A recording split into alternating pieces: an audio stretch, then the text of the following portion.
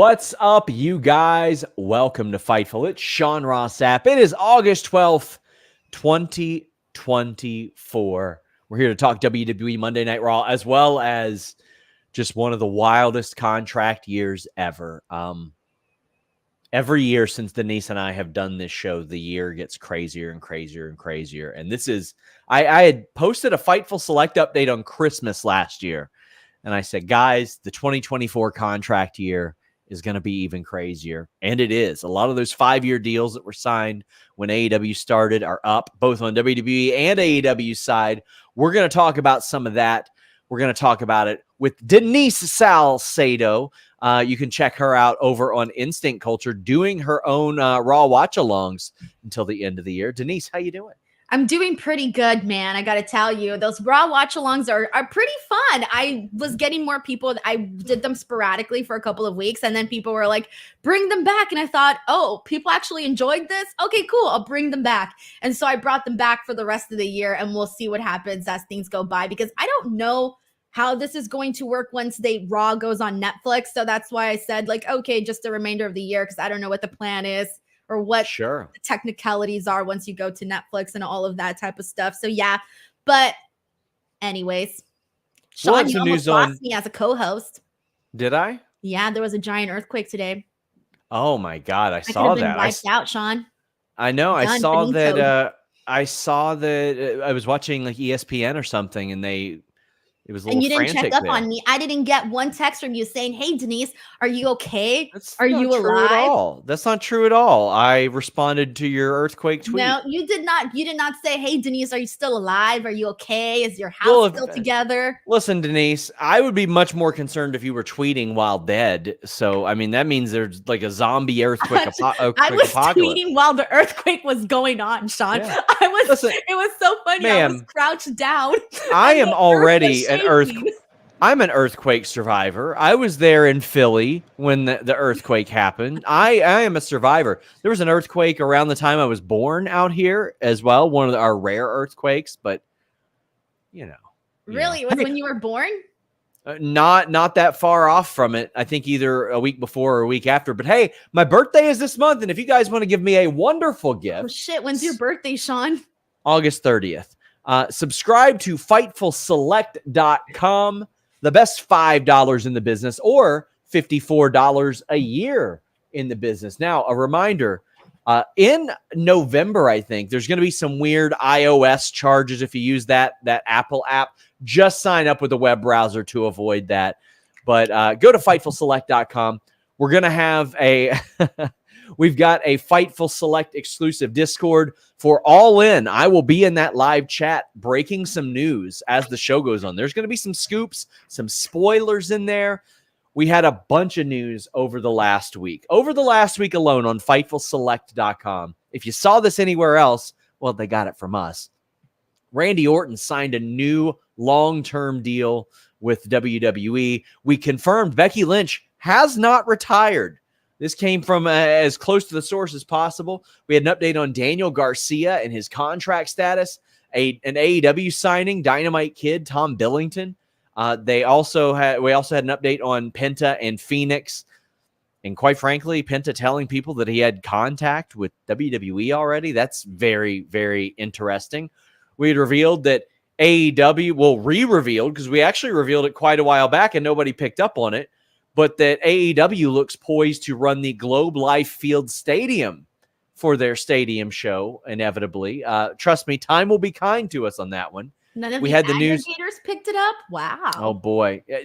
Sometimes I'll sneak it in the Fightful Wrestling Weekly, and they miss out on it. LA Knight has re-signed with WWE. Bobby Lashley's deal appears to be up with WWE as well. We had news that Michael Oku will likely be working with AEW as well. Just a ton of stuff there. We had the Bound for Glory location and NXT Scoops thread. And as always, Raw, SmackDown Scoops threads. That's in addition to our Q&A show that dropped this evening. But subscribe, FightfulSelect.com. Please support original content creators. I cannot begin to tell you how important that is that you do that. That way this content keeps going. But let's get to some of our super chats and humper chats, Denise. That's how people let us know that they're here, that they want to talk about certain things. But before we do that, we got to make sure everybody here says present and drops. I was about to say, are we still doing that? Yeah, the roll call that Denise called for. We need everybody to say they're present. Drop us a fruit emoji. Steppy says, here's a hypothetical for a humper chat. Let's say Cena does 5 programs in his last year. I think Orton and Cody are locked. I'll say the other 3 are Gunther, Bron, and Drew. Those are my guesses. What say you? Denise, is there anything specifically you need to see out of John Cena? Dang, I don't know. I think it's sort of along the lines of what everybody is saying.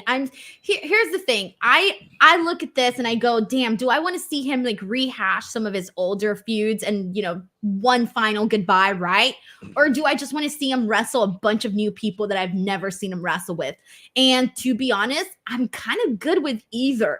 I know that CM Punk has been mentioned, Randy Orton has been mentioned. Shit, I'd like to see AJ Styles again. I mean, there's a lot of really different options that they can go with it, but I would also like to see him work with some of people that we've never seen him wrestle. Braun Breaker, I mean, that would be crazy.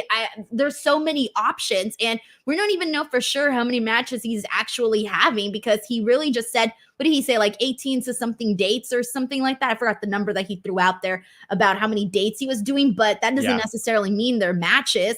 And I know Joe Hendry's trying to get himself a John Cena match, and he made a big push for that too. So in terms of when we talked about that in our interview, so part of me is like, oh, I would kind of like to see that happen too, just for the hell of it. So there's a lot. I want to see him team with CM Punk. I like that suggestion from Punk. I also want to see him team. I don't need to see him team with R-Truth. We did already see that. So I don't know if that one needs to be on the board now. But I like the idea of Gunther first off. It is, the American boy against the created in a lab European heel. You know what I mean? Like that type of thing. Braun Breaker could be an interesting one as well, but he might actually kill John Cena. But I really do want to see him. I want to see him team. I want to see him team with Orton too. I want to see them like combine forces as well. Steppy says, here's a toughie. Haven't been watching this many people so over at the same time since I've been watching. Who are the most 5 over people in the company? Roman, Cody, Jay, Rhea, Seth, Orton, KO, Sami, LA Punk, etc. It's a tough debate. Who would you pick? Roman, I would say Cody, Punk, top 3. Rhea, 4. I think Rhea is 3. I think maybe Punk's 4. Who's 5th? Ooh, I'm gonna go with Jay. I saw so many of his freaking t-shirts and people yeeting everywhere. I'm gonna go with Jay just for the yeet and the t-shirt stuff. I'm gonna say, just for the sake of being different, I'm gonna say Damian Priest after tonight. That guy's getting some crazy reactions. Maybe Seth. But Steppy, that's a very, very good point. Like, I remember once upon a time when you and I covered the show and nobody was likable on the show. Everybody was stupid. Like they booked everybody to be really, really dumb. I'm trying to think who was the most likable person when everything was stinking. Everybody liked back in the day. Honestly, there was only times where it was Matt Riddle and Randy Orton when they were carrying so much of the show. Chad Gable, Otis, they seemed to always have people on their side for the most part. They were over, but everybody else was just kind of there. I mean, there was a few more. I'm just not thinking of them right now. Crazy 101 says, who are 3 people from AEW you would book against Cena? If I could book anybody, Will Ospreay. Yeah, Will Ospreay. Darby Allin, because I say Darby Allin to everybody. That's my gimmick now, Darby Allin. I would say, I want, go ahead, you say you 3. No, I was still thinking. Well, for reals though, I would say, who did I say first right now? I'm sorry, I'm forgetting my own answer that I just gave. Well, yeah, Will Ospreay was the first one that I mentioned, sticking with him. And then 2 other people that I would book against John Cena, Okada, to see what kind of match they would do. That'd be great. And then a third one to make it different. Because this one would be very different. How about Rey Fenix? There you go. Although that might count on the WWE side now. I'd say Paul White 3 times. Okay. No, not really. Oh, If it could be Sting, I would say Sting, but he's that's not. no, that's Not not alive and possible. not alive in the world of possibility anymore. But I would say MJF as one Oh for yeah, sure. that would be really good. I feel him as my 3. I'm just gonna well, I'm just saying 3 different ones from you.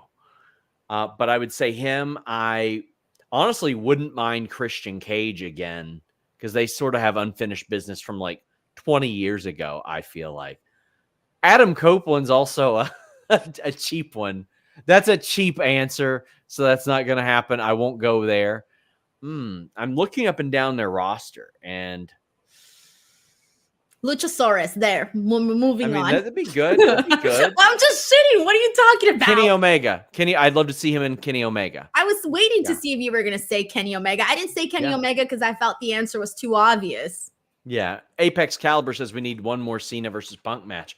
Man, John Cena is the most super chatted thing on tonight's show so far. Unbelievable. Why? People love him, I guess. I don't know. I know, but why today? Hell, I don't know. Takeshita is also a good shout as well. I love Takeshita. I want to see Takeshita versus Sean Ross Sapp even. No, I think he'd give you a 5-star match, Sean.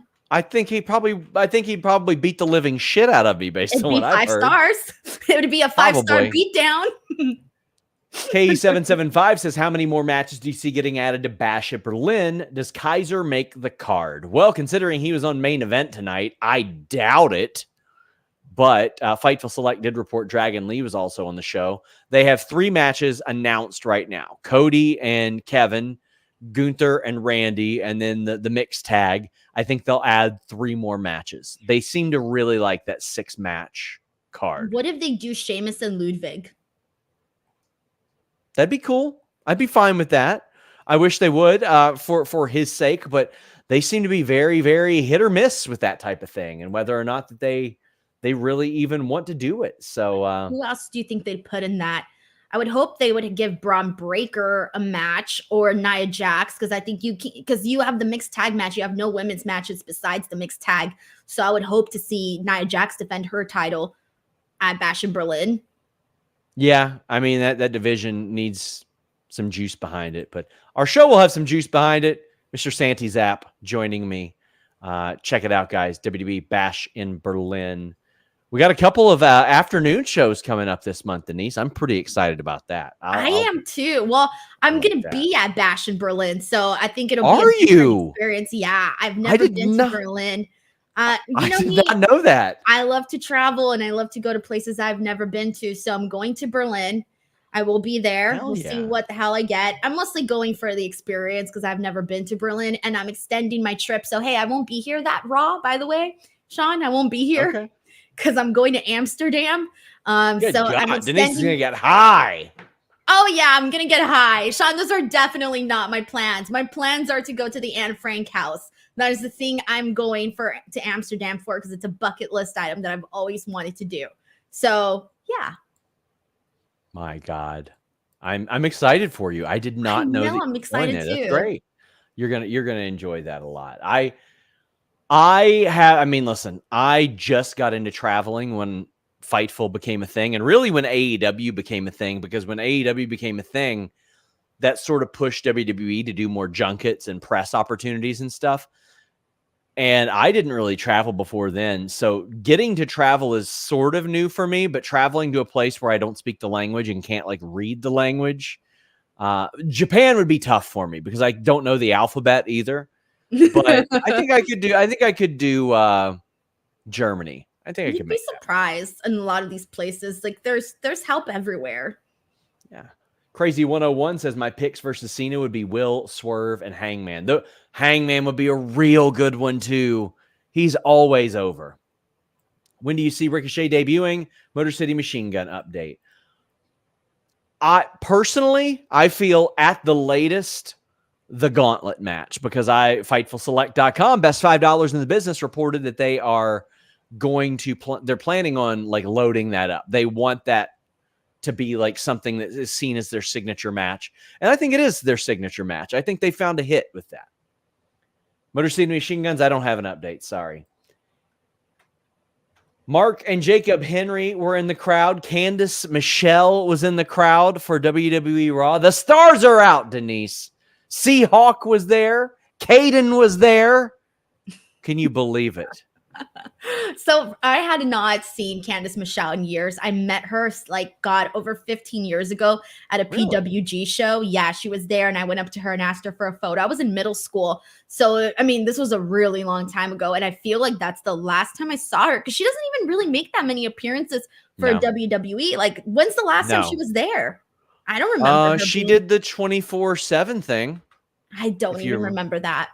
Yeah, she won the 24/7 title. When did that happen? Was I there? Did I watch it? I don't remember that. It was years ago. She pin? Oh, gosh, I can't even remember who she pinned. See, but, no one remembers. Other than that, I think she wrestled one match in like the last 15 years or Where? so. And I think it was House of Hardcore. It was against Victoria. Oh, see, I didn't see that either. Yeah. So I feel like I have not seen this woman in forever. So I watched her TED Talk. I was like, oh shoot. Watched her TED Talk. Oh, no, I thought you said TED Talk. Oh, TED Talk. What'd she do her TED Talk about? Wrestling. It was something. Something good?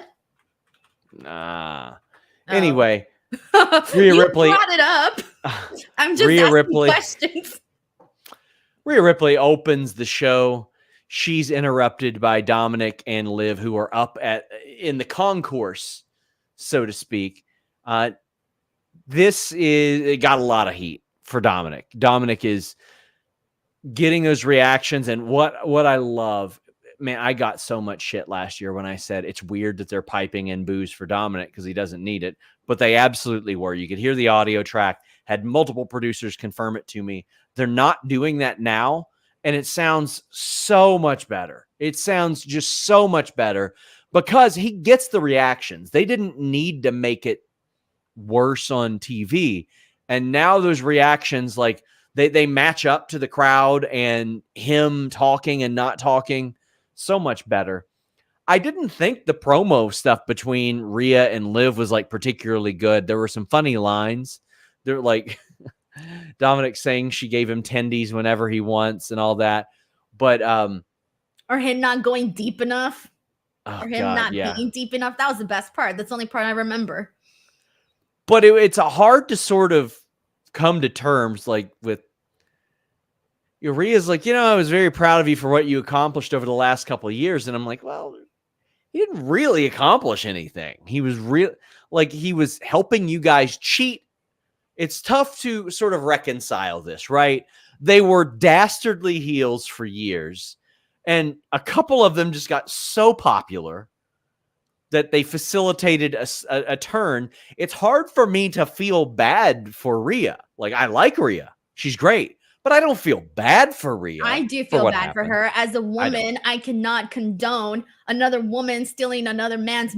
Oh, how does it work? Wait, I cannot condone a man cheating on a woman or a woman stealing another woman's man. Both parties. He wasn't her man. He was her man. He was out here to feed her little whatever he was. He was. She was stringing him along. He wanted it. Don't act like he didn't want it. He looked very happy for a long time, Sean. Wanting it and having it are two different things. He looked very damn happy with her.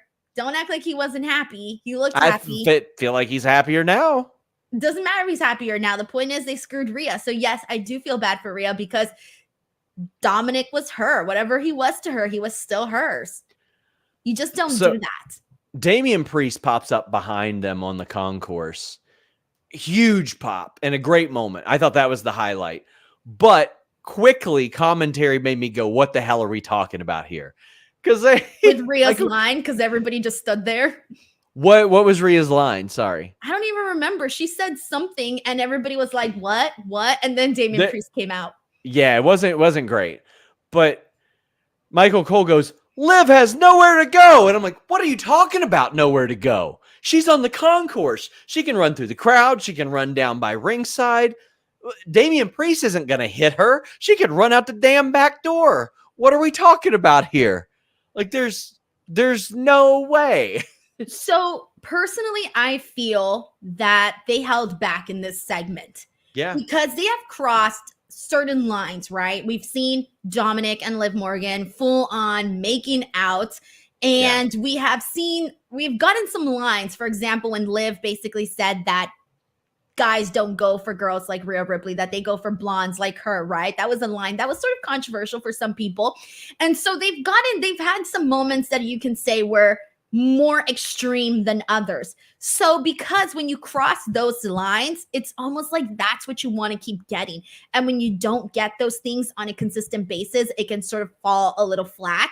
And even with this, like I felt like they could have said more things that were more savage on the promo. That's why the thing that I remembered the most was when Rhea said that it wasn't deep enough. That was the most like savage thing that I've heard in the whole thing. But even in the brawl, for example, we were out there in the concession stands, and if you notice, Rhea went out there and she got to Liv Morgan, but instead of the camera following them, we end up following Dominic and Damian Priest, which was fine. But I felt like there was a lot more that we could have seen between Rhea and Liv had we seen them brawl out in the concession stands and also seen the men. So I kind of felt like they spent too much time on the talking when they could have been spending more time, and they could have had a whole ass, freaking fight in the concessions area. Because I think that was the interesting part. And I hate that we never saw how that portion with Rhea and Liv ended until way later on when they were back in the ring. But I felt there was more there that they just ended it abruptly. So again, I think that they kind of held back in a lot of this opening segment. I agree. I think it could have been a lot better. We got Apex Caliber saying Damian and Rhea are heels. My memory is older than 2 years. Well, Apex, you showed that because you say Rhea beat Dom to submission and backstabbed Liv in 2022. Exactly. Like that's all they really need to play off of and say, no, that you actually aren't a good person, or at least you weren't then, and we never forgot about it. Yeah, but Dom cannot act like he's innocent and he didn't do nothing, and neither can Liv. They screwed Rhea. Sure, you can say, oh, there was revenge, but then so what? They were planning it the whole entire time? Because then you got to tell the story that they were planning it the entire time. Not 2 years, maybe a few months. But like, why would he not be upset about it in the beginning and then be upset about it towards the end? He was giving her a shot. Listen, Denise, if Dominic can land a woman like Rhea, he's going to give her the chance to prove that she's not just going to make him the lapdog. I mean, come on. What are we doing here? You're going to give her the opportunity. Look, I'm just saying, if you land that's a girl a roll like of the Rhea, dice. You'll be happy being the lapdog, all right? That's a roll of the dice that you're going to hope to land on sevens with. Like, you're just going to take that gamble. I have no comment. I'm just saying that Dominic is not innocent, and do not act like he was the victim in all of this. No, he's not innocent. But this started out with just Rhea and Judgment Day screwing with Ray. That's what it was all about. Yeah, and Dom literally turned on his whole family for Rhea Ripley. He turned on his mother, his father, all for Rhea. We forgot about that already? Didn't they went to his freaking house and freaking brawled on the holidays? Who he turns on is not my business. That's personal. That's personal stuff. All I'm saying is Dominic Mysterio has everything coming to him. And I am siding with Rhea Ripley in the story because he knew what he was getting into and then he turned on her. And that is not right. Well, listen, if you're turning on your sides all night sleeping, check out helixsleep.com/fightful. I just got their new Sunset Luxe, my second Helix mattress. I loved my first one so much that I wanted to get another one as well. helixsleep.com/fightful. A few years ago, I needed a new mattress. I looked for the best reviewed mattress online. It was during the pandemic. I didn't want to go to a mattress store, roll around on a mattress that other people had been on, and I found a Helix Sleep. Now we got helixsleep.com/fightful because after I took my personalized quiz, got my mattress, it was delivered to my door, set up almost immediately. I said, you know what? I want to do business with these wonderful people. And now you can do business with them.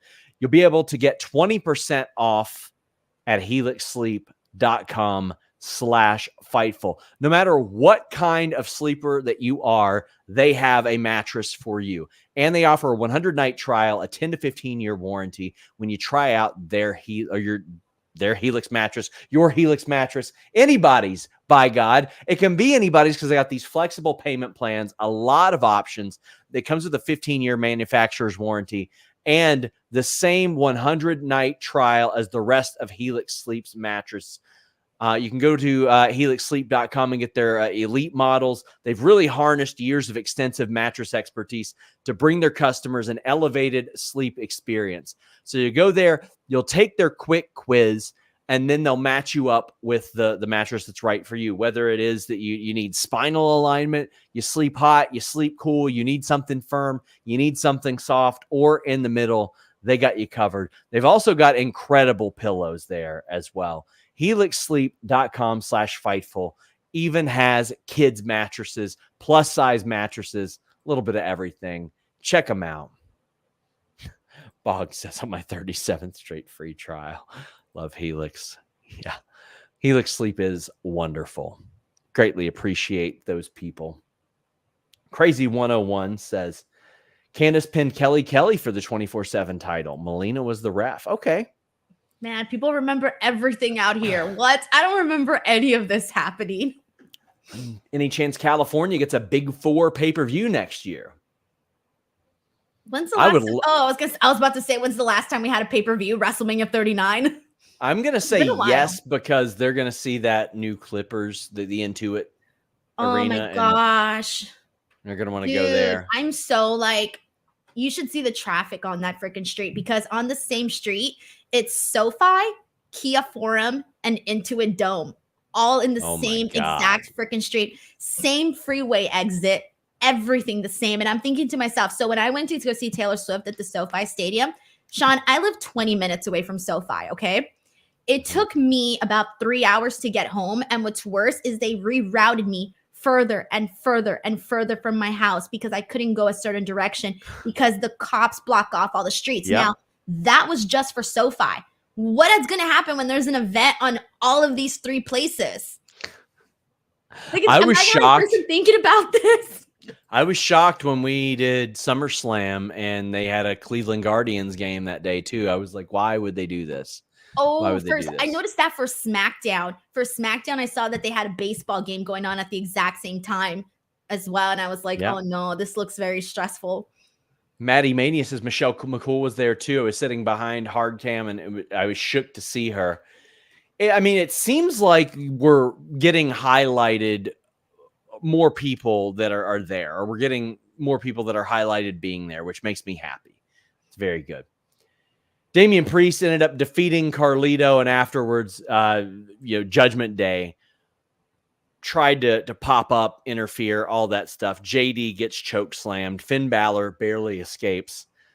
The match was what it was. We saw this last week, but there was a rumor today, Denise, that Judgment Day would get their name changed to Street Trash. What? I didn't see that rumor. That was a rumor today. I didn't hear it personally, but it was reported elsewhere. I can't say that I've heard this. And if that were the case, that would be an all-time stupid decision. And let me tell you, WWE has made some very dumb decisions with names. Why would you want to call yourself Street Trash, though? Hell if I know. Very dumb. No, I think they're fine staying as Judgment Day. We got the Wyatt vignette with Bo Dallas saying that Bray was with them last week. That was emotional. I mean, I can tell based on engagement numbers and all that, like they're meaning a little less each week to the viewer because we're starting to see very, very similar ones. I would like to see them. I want to hear from Dexter Lumis. I want to hear from Joe Gacy as well. They weren't really featured on the show today. So I would like to see them speak as well as they tell this story and sort of stretch out what it is they're doing. Last week, the main event went just fine. The whole thing has been what happens when the bell rings. Had a whole lot of people saying that I was a liar when I said they weren't doing anything supernatural. They're not. They got to make sense of it when the bell rings. how are you feeling so far about the vignettes that we are still seeing? Right. So I think the vignettes always hit because, you know, it's a serious topic that you're talking about when you're talking about Bray. And I think this one in particular, you know, they showed some of that footage and what was it, Baltimore? Was it Baltimore last week?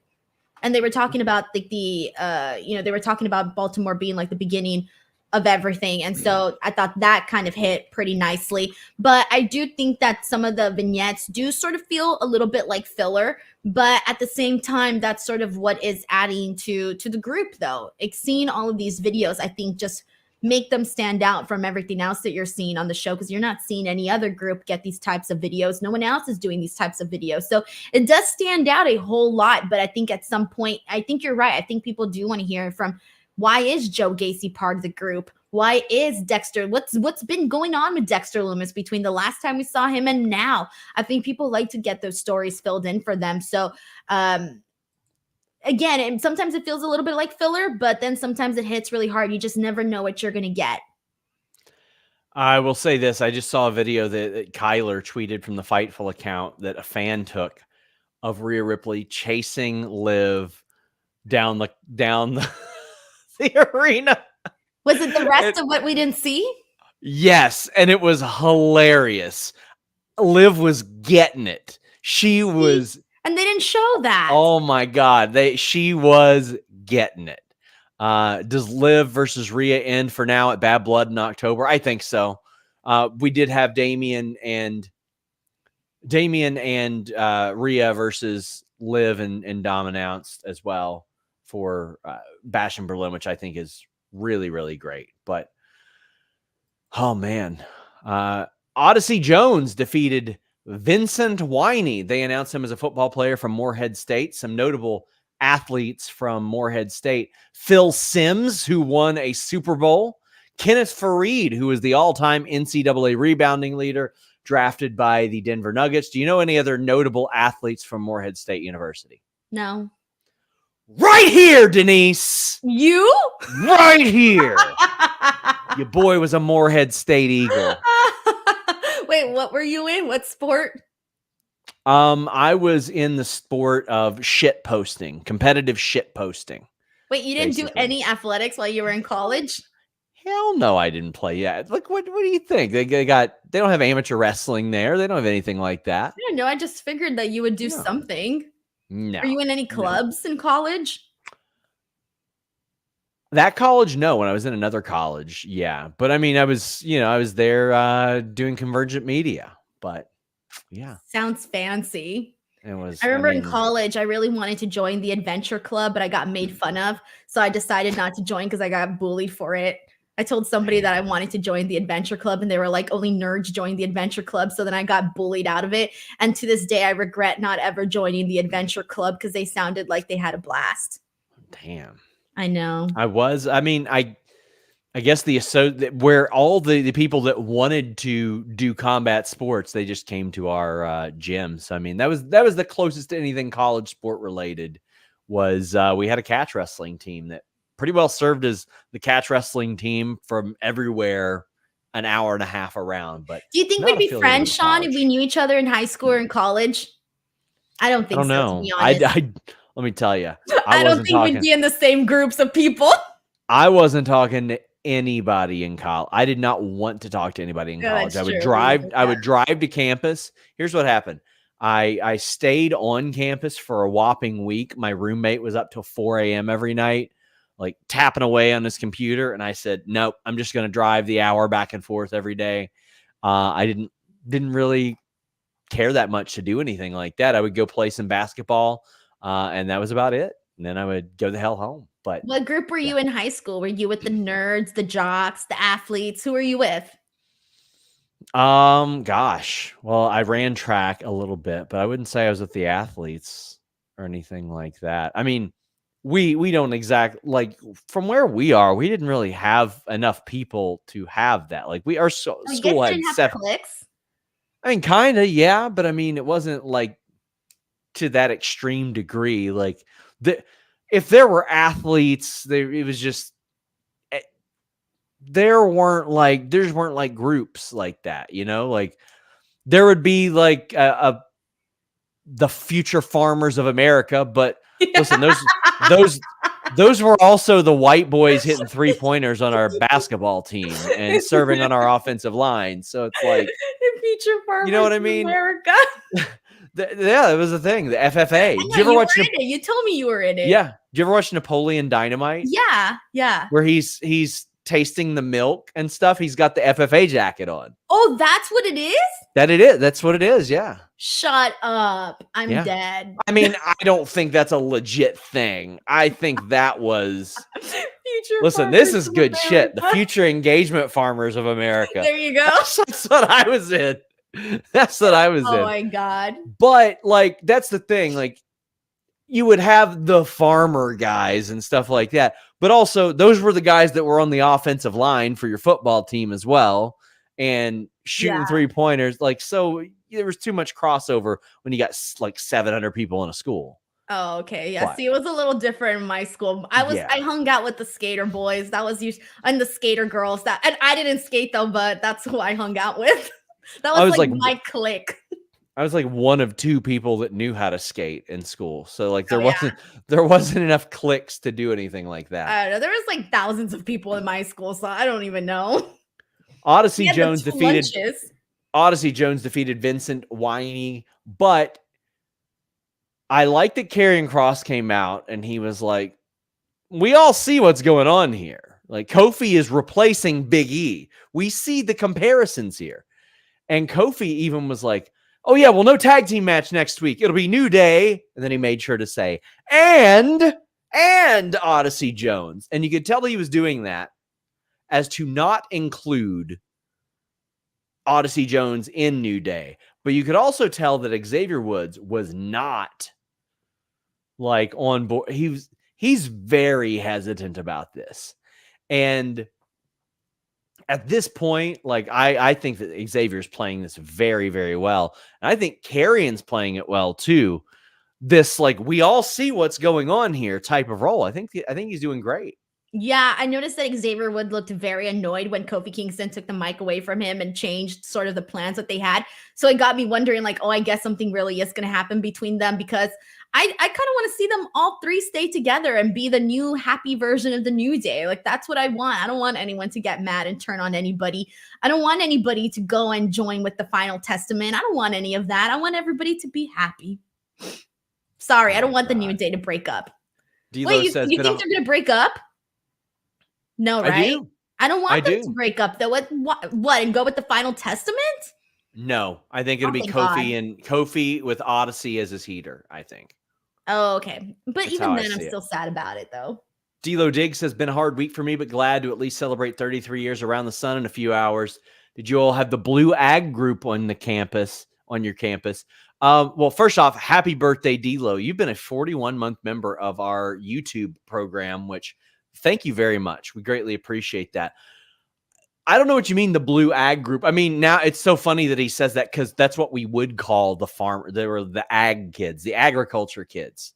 But we had them in their blue FFA jackets. I never made it far enough to get a blue FFA jacket. I was in there for the one semester I had agriculture class. I learned how to plant stuff. I can still do that, but I'm dead. I would love to take the Future Farmers of America class. Listen, it was an experience. It was something. Like, we had some unusual classes looking back, like some very odd classes. That's a podcast of its own. Like, us going back and looking at what classes we had. We had one where we just sat out. Man. We had one where we sat out in a greenhouse all day. Like, we were just literally we were selling flowers and plants in the school greenhouse. What? Yeah. Yeah, it was very weird. Oh my God. Somebody says, how does the blue FFA jacket hold up to the Ribera Steakhouse jacket? Now, hold on. For those of you who have never seen an FFA jacket, listen, ain't my style for sure. I've never seen one. But listen, they are, as we would say back in the day, they are stout jackets. They are, like, you can look at it and you're like, okay, you can kind of tell. I think it's like a corduroy type of material, like a dark corduroy. It's like a dark blue navy corduroy, But yeah, you don't own any corduroy, Denise? No thanks. What am I, fucking Shocked. Paddington? What? He wears corduroy. Does he not? Which one's the one that wears corduroy? Is it Corduroy Bear? Paddington Bear? There's one that wears corduroy and it's a bear. There's a bear that wears blue overalls. Let me see, Corduroy Bear. Is it Paddington? It's not corduroy. It's like a rain jacket, isn't it? Oh, it's this one. It's corduroy. It's this little bear. Sorry, I was thinking of Paddington, but it's corduroy. Corduroy Bear. How dare you disgrace the name of Paddington? And people are in our chat saying, "Yup, it's Paddington." This is how misinformation gets spread. The bear's name is literally Corduroy the bear. Unless Paddington also wears corduroy. What? Does he? No, he wears a... Well, I don't know what his jacket is made out of. It could be corduroy too. But doesn't Paddington wear the little yellow outfit? He's got like a little... Oh, this is Paddington's other outfit. He wears a yellow one too. Okay, but it's Corduroy Bear. Who am I? Corduroy Bear? I'm surprised you didn't throw out the Winnie the Pooh allegations. Him and his corduroy pants. No. Homeboy doesn't wear pants. Winnie the Pooh wears crop tops. I mean, anything's a crop top if you're not wearing pants, Denise. No, it's not. Listen. No, it's not. You could wear a big giant t-shirt with no pants and that doesn't make it a crop top. I disagree. What? No. A crop top means that the top is cropped. Therefore, it's a crop top. I'm shocked. Like Paddington's rolling around with luggage, for the love of God. Listen, I'll say this first off. I don't know what Paddington's got on underneath that. Because he's like got it shut. But I don't know. Has he ever opened it? I don't know. I hope not. I've never watched Paddington. I know that Paddington 2 was like rated 100. Ted doesn't wear shit. Ted doesn't wear anything hot. Ted's a nudist. Ted's out there free bearing. He holds a beer on occasion, but I think he wears a suit sometimes. Yeah, but he does. I saw the picture of the suit. Paddington 2 was rated 100% on Rotten Tomatoes at one point. I've never seen Paddington or corduroy. Anyway, Obafemi was at ringside. Obafemi and Otis is confirmed for NXT tomorrow, which I love. That is going to be meat. That's going to be meat. Ivy meets with Maxine, and she was like, hey, listen, maybe I can get you into the group. I can't get the rest of the guys in. And Maxine's like, no. And Ivy goes, okay, I thought you'd say that. Then what we get is an absolute humper of a match between the American-made Creed brothers and Alpha Academy. Chad Gable's not there. He's over in Paris. He was doing stuff for the Olympics. But sometimes you just got to remind people that Akira Tozawa can wrestle his ass off, Denise. And if that's the direction we're going, great. I think we've missed the boat on some like big explosion of Otis being mega over, but it's very clear the Creeds are going to benefit from this. And they had an incredible match here. It ends with Ivy locking the Dragon Sleeper on Maxine. And as is tradition with women's wrestlers, it always hurts more when you do a submission hold on the table for some reason. I loved everything about this. I loved how it highlighted Tozawa. I love that the Creeds won. I love that Ivy made the turn. I love that she's officially in American Made. She should be whipping Maxine's ass. Maxine can't hold a candle to her in that regard. How'd you feel? So I was sort of surprised when Ivy Nile did attack Maxine because I was thinking about how they were friends and that was really her only friend when everybody was being mean to her and she seemed lost and confused and didn't know what to do. But I gotta say, I like this look on Ivy Nile. I think it was about time because really she's been on the main roster for how long? And she's been a background character. She hasn't been in any real storyline. I mean, she's been part of what the Creeds have been doing and all of this, and she's had those little backstage moments with Maxine, but nothing has really been about her. She's been part of it, but it hasn't been about her. And right now, with this attack on Maxine, I like this. I personally felt like this was a good thing for Ivy Nile moving forward on the show. I do too. I think and I'm glad they don't just, ignore the fact that the Creed brothers are still there while Gable is off doing some stuff. And just like, if he's in Paris, show us that he's in Paris by all means. This is something WWE didn't used to do. They used to just ignore him for that week. No, show us that the dude was traveling, that he was doing something cool. I thought that was a really, really great approach as well.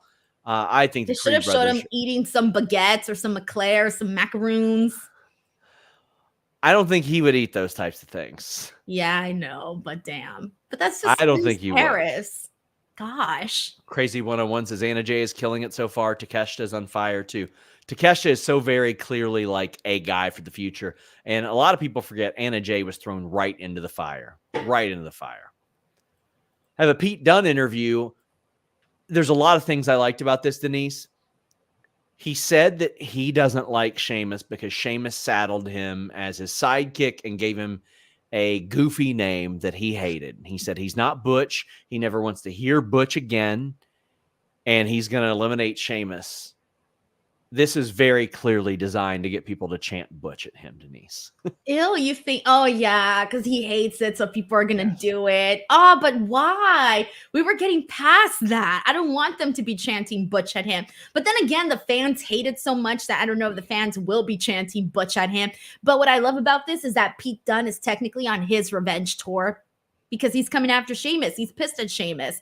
And I like what he's been doing both on the main roster and on NXT because he's feuding with Trick Williams over there. He got a victory over Trick Williams last week, and I was so surprised by that. Clean. Right? Yeah, it was great. I love that for Pete Dunne. I love that he's doing both of these things simultaneously. He just looks like he's got problems everywhere. But yeah, I don't even remember the last time we got an interview like this for Pete Dunne. So I liked that they highlighted him in this way because we don't see Pete Dunne have no sit down interviews every week. God, I don't even know if he's ever had one before. If he did, I don't even remember it. I think they're very important to utilize as well. And Pete Dunne did attack Sheamus later on when Sheamus was kind of making light of the situation. Good. I like that. I think that makes an awful lot of sense. He smashed his fingers with the shillelagh. Yeah. That was brutal. That was my favorite part. That was my favorite part. Mike says, any update on Lashley? Could he debut at All In, All Out? Could you see him shocking everyone and staying with WWE? What's your honest prediction? My prediction is what people close to him claim to me, as reported on FightfulSelect.com. Best $5 in the business. Promise you guys it's worth it. We reported, of all things, he had a birthday party this past weekend. And you might say, well, why the hell does that matter, Sean? And especially, why does it matter 3 weeks after his actual birthday? Well, because for some reason, Bobby Lashley decided to have his birthday party in Texas, a few miles away from where Collision was. And a bunch of people actually got booked on Collision to attend that as well. So I don't think that's an accident. I'm sure he was there talking to him. We had reported his contract was up pretty soon. He has already sort of tipped his hand, Denise, that he's leaving WWE because he said he's doing a boxing fight, which is something we had said was on the table as well. So where do you think he's going? I would imagine he would go to AEW. I don't know when. I don't know what the deal would be, but I can't imagine that they wouldn't figure something out on both sides for things to work. Damage control vignette. Dakota Kai is sidelined like 8 to 10 weeks with an MCL injury, I believe it is. That's unfortunate. She was able to get written off and all that, but let me tell you what is going to take some getting used to. The Pure Fusion Collective. Denise. Hey, we wanted a name, Sean. We wanted a name. Now it's here. So, Alex has this thing that he says on Sour Graps on Fightful Select called the Monday Night Monkey's Paw. And it's where you make a wish and it comes true, but something bad happens. This is one of the fingers put down on the Monday Night Monkey's Paw right here, which we haven't had to do too much lately. But we're like, Zoey, Shayna, Sonya, they're so badass. And now they sound like an experimental rock band from 2002. They sound like they're going on tour with the Polyphonic Spree. That's what you thought? I thought they sounded like a gym. Every gym out here is called Fusion something. Mishin had suggested the stud line on Twitter. Listen, they're not, I think it's funny, but it was a miracle that they ever did LWO back in the day when there was an NWO, because there were a lot of NWO members that were like, oh, this is making fun of what we do. So I don't think that they're going to sort of undermine the bloodline by doing that. But the Pure Fusion Collective, well, their match goes to a no contest because of the Unholy Union getting involved. Alba and Isla laying all of them out. We've got a triple threat next week. How do you feel about how they did this? They had the Damage Control promo, the Pure Fusion Collective reveal. They did the match. It went to a no contest, but then they set up a title match off of that. All right. So I did like both promos, both the Damage Control and the Pure Fusion Collective. The Pure Fusion Collective promo as well. I didn't like the name, of course, because I just felt like it sounded too wordy, and it didn't match the group. You see what I'm saying? Like, it doesn't match them. Why are they called the Pure Fusion Collective? Why? Maybe I missed it. Maybe I don't know why. I don't get the name. So again, maybe just I'm on the same boat. But I do think that they could have had a cooler name. I think the internet had a bunch of them, as we saw. Studline, you mentioned, being one of them. There was a lot of random stuff being thrown out there, but I do think they could have thought of something cooler. And something tells me that they came up with this super last minute, because it had been a while till they gave them a name, and I feel like this was the best thing that they had.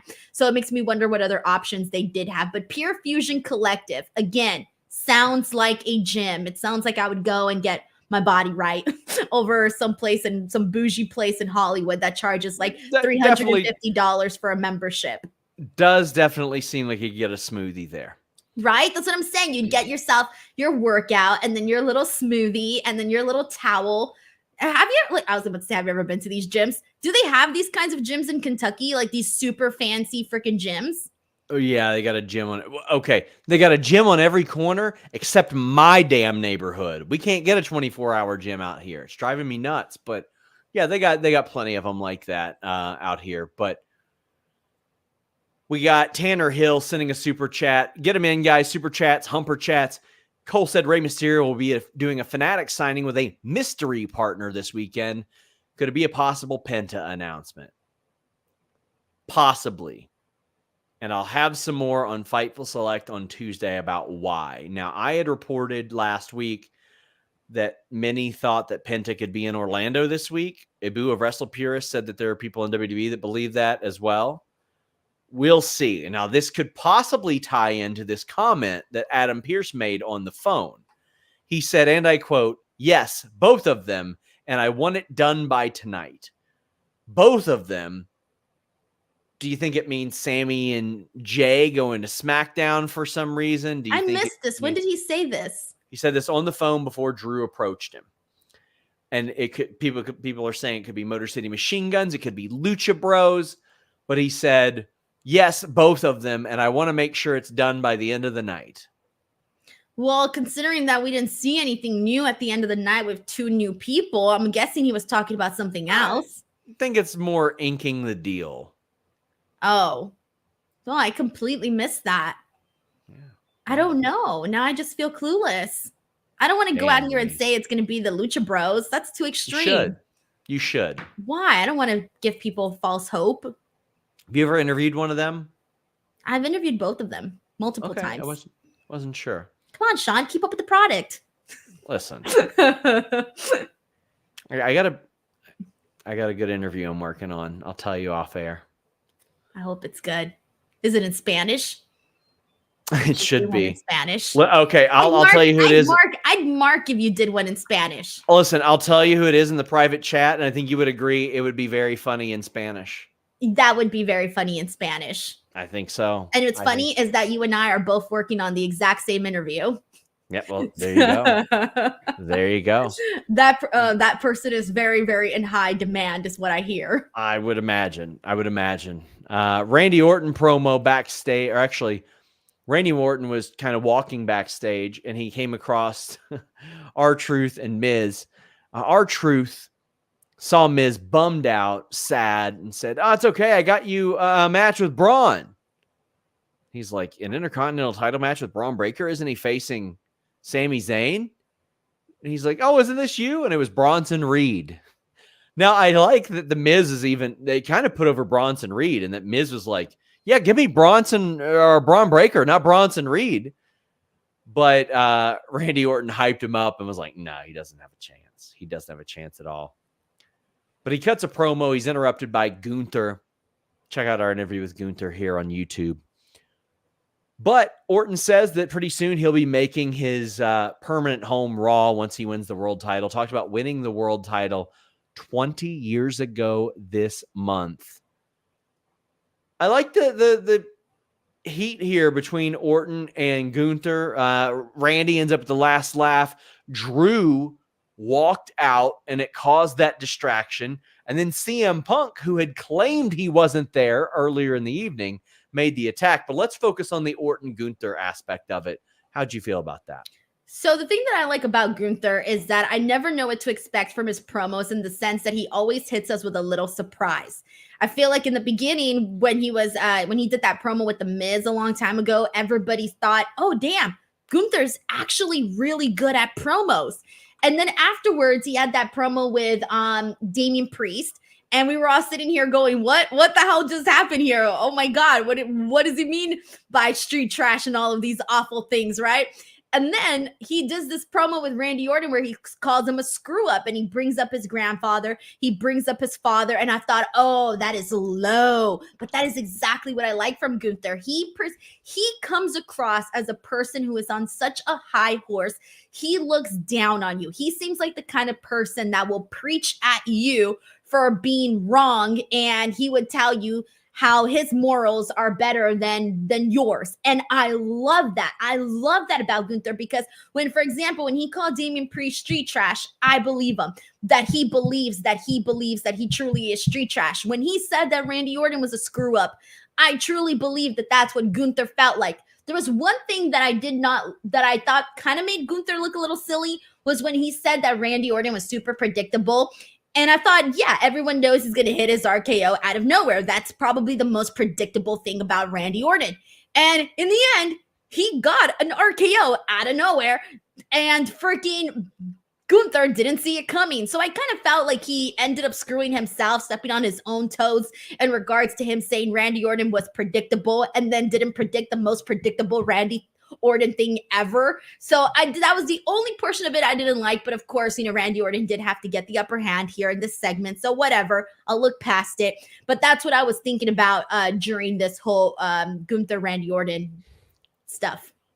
And I love that Gunther was seen in the background of the CM Punk shot, like throwing stuff around. Like he was very mad, because Gunther, even when he almost loses during matches, he is calm and collected. So to see him lose his composure, I think is kind of cool to witness. We got CM Punk also say, "Yeah, I lied about missing a flight. Big deal," which I'm sure will play into some "tell me when I'm telling lies" memes. But I like that Drew McIntyre before this was like, "I don't care about CM Punk. I beat CM Punk. I'm good. I'm set." He was more worried about why Orton was getting a title shot, as he should be. He was looking onward, and I respect that. I think that made sense. But now CM Punk's giving him reason to not look onward. But you know what you can look onward to, Denise? What? That AEW pay-per-view package, all in, all out. And you can get it with Nord. Are high pay-per-view prices getting to you? Maybe MLB blackouts, maybe the insane cost of Sunday ticket, whatever it might be. NordVPN.com/Fightful is here to help. You get NordVPN.com/Fightful. You change your virtual location with one click. Maybe you want to be in the West Coast when you can't watch a game on the East Coast. They got you covered. Maybe the pay-per-view prices are just too high, or there's too many of them. Switch your virtual location overseas and get the prices that they're paying there. NordVPN.com/Fightful does it all for you. And that's in addition to their password manager, their protection on public Wi-Fi, the ability to use it on all your devices, including your router, your TV. It doesn't matter. They've got you on all those. And a 30-day money-back guarantee. Maybe you're just feeling wild and you want to try it. Well, you know what? In 30 days, if you don't like it, spoiler, you will. You can get your money back. NordVPN.com/Fightful. Get in your super chats. Get in your humper chats. Crazy 101 says they should do Drew versus Punk dog collar match. Looks like they're doing a strap match, Denise. That seems to be the direction they're going. CM Punk teased that tonight. Yeah, I think with all of those belt shots, I mean, there's nothing more insulting than a man getting all of these hit by a belt that is his. He got hit with his own belt. Yeah. Tell me that's not insulting. Yeah, definitely giving another man back shots is for sure one of the more disrespectful things you can do. We got Bronson Reed. I don't think he should have sold for Miz at all. I don't think there should have been any of that. That's exactly what I was thinking about during this match. I didn't feel like Miz should have gotten any offense whatsoever. I was more surprised by how much offense he got in this match. I thought, I'm like, for sure they're going to serve Miz on a platter to Bronson Reed. No, R-Truth took it way worse than the Miz. I was a little bit upset at this. Yeah, I didn't need that at all. But what I did need was the awesome finish to this segment. Dread King says, Bronson Reed destroying people, quickly becoming my favorite part of the show. I mean, to do that to R-Truth, who is universally beloved, Denise. Everybody likes Truth. It's hard to dislike Truth. He did, for those wondering, he did the same thing he did last week. He destroyed Seth Rollins. And now we know Seth Rollins has been written off TV for a little bit, which, that's a bummer. Hate to hear that. Seems like a nagging injury. Apologies, I've got the hiccups. But R-Truth, man, 52-year-old R-Truth getting done this way, and then him going back for more at the end. Like, I think it should be a while before we see R-Truth. I don't think he should be on the show for like at least 3-4 weeks. Well, hey, man, if we're not going to see Seth Rollins for however long, then that means R-Truth's got to be out for even a little longer than that. I agree. Yeah, I thought, damn, I was expecting the Miz to take like 5-10 tsunamis, and nah, he took 1. And R-Truth took, 6? I think it was. I don't even know how much it got to towards the end. But yeah, I was a little bit bummed out by the match because I thought, like, you really, really hit it so hard. And they knocked it out of the park last week with him and Seth. And I just kind of felt like today they kind of went a step backwards. And thankfully, he did the multiple tsunamis on R-Truth, which was great, but I really do think it would have hit harder had he had a more dominant match against The Miz. I thought The Miz was the easiest person for him to basically beat up. Yeah, I think that Miz shouldn't have gotten any offense, just like you said. I think that what he did to R-Truth made an awful lot of sense. It was ultimately good stuff, but like I did not need Miz getting any offense. I understand the accolades that they hyped up prior. And maybe, if there is one saving grace to that, it's that Randy Orton said, no, you've done all this stuff. You've got a chance. But like we're talking maybe about. Randy didn't believe in that. Didn't believe. But I mean, that was also like 13, 14 years ago, he main evented WrestleMania. So. Pina Colada says the group's name is Pure Basura. Yeah, it's not good. It's not good. It's pure what? But Basura? I don't know. There you go. Basura. Come on, Sean. There it is. Say it with me. Ba. Okay. Ba. Oh, sorry, you're muted, Denise. Look at that. Wow. Pina Colada says I'm trying to educate you. I'm trying to culture you up. Okay, well, week 2 of Bronson Reed absolutely smashing someone. Keep this train moving. Let's shoot for 8 tsunamis next week. I would love it. That dude is just laying them out. Moms for Bronson Reed. Let's keep it going, guys. Get your super chats, get your humper chats in. We're at the main event. Braun Breaker defeats Sami Zayn 2 falls to 1.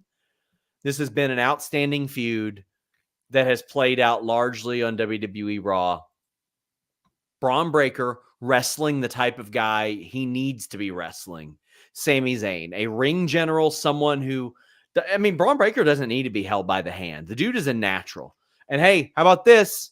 Looked a whole lot better in that interview that you did with him as well. He's seeming more natural. No, did you watch that? Yeah. Sean, everybody was saying he looked uncomfortable. And I'm like, guys, I swear to God, he's always like this. He's just always like that. He laughed this time. You know, that's why I was gonna put it like make a little cute short, but I was like, no, I don't want to post the short because then everyone's gonna talk shit to me, and I don't really feel Guys, like to deal listen, with that. Braun Breaker has come up to me and said, "Oh, great to see you, man. Really excited to do this interview." And then we get on camera, and that's just the way. That's just the way that he is, and it's okay. He's a little bit aloof, and that's all right. Because when that red light turns on USA Network, no, it works really well. Sean, at least you're a man. Me, people are like, because I was trying to like get him to be comfortable, and people are like, "Oh, she's flirting with Bron Breaker." I was not flirting with Bron Breaker. I'm just nice, and I was trying to make him feel comfortable and whatever, right? Oh my God. Anyways, that's what happens when you. Anyway, this match ruled. Sunset flip, powerbomb, Blue Thunder. The power slam over the barricade was phenomenal. That looks sick with the camera angle too. Oh, it's so good. These two have really great chemistry. You know, we haven't seen Ilya or didn't see Ilya in the ring this week. I'm ready to see Bron move past Sami Zayn and Ilya for now. I'm ready to see that because he had this match tonight. He had, it's been Ilya and Sami since June pretty much, which is wild to think that we're still doing Hook and Jericho over on AEW, and that's been like since February. Why you gotta remind me for? Dude, why you gotta remind me? Like, here's the thing. Like, I like the combination of Bron Breakker, Ilya, and Sami, but I'm ready for him to move on past it. I don't like that combination on AEW, and they've been doing it since February. Woof! Oh my God. But I want to see him take on somebody different. I want to see a fresh approach. Match was incredible. But is there anybody specifically you want to see next for Bron? So here's the thing, like his match with Sami Zayn, I feel like I think I even like this match better than the one that they did at SummerSlam. That one was a lot shorter though. This one I thought was really good. And it's funny because in the first fall, I had forgotten that it was 2 out of 3 falls. So I got to throw it. I was like, oh shit, when I saw Sami Zayn get the fall, I was like, damn, for a second there, I thought it was over and I was so confused. But then I was like, oh yeah, it was a 2 out of 3 falls. But they've worked together so many times now that it's just gotten better and better. And I feel like they were doing like new stuff too, like the spear that I keep saying Bronson Reed, Jesus Christ, that Bron Breakker got on. Now there's gonna be rumors and Bronson Reed. What did I say? Mom's for Bronson Reed, Denise for Bronson Reed. This is getting ugly. All right.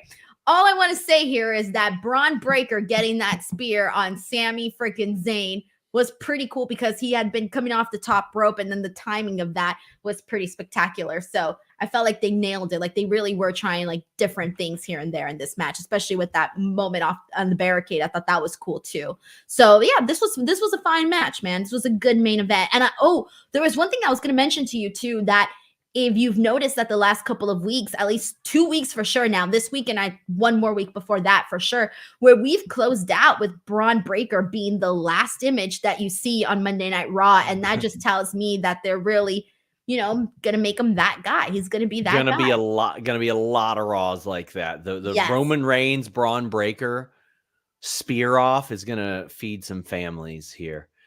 Guys, subscribe to FightfulSelect.com. Please leave a thumbs up on this video. If you are in the YouTube comments, leave a comment. Do the roll call. We would love to talk to you guys, see you guys. It helps us out an awful lot.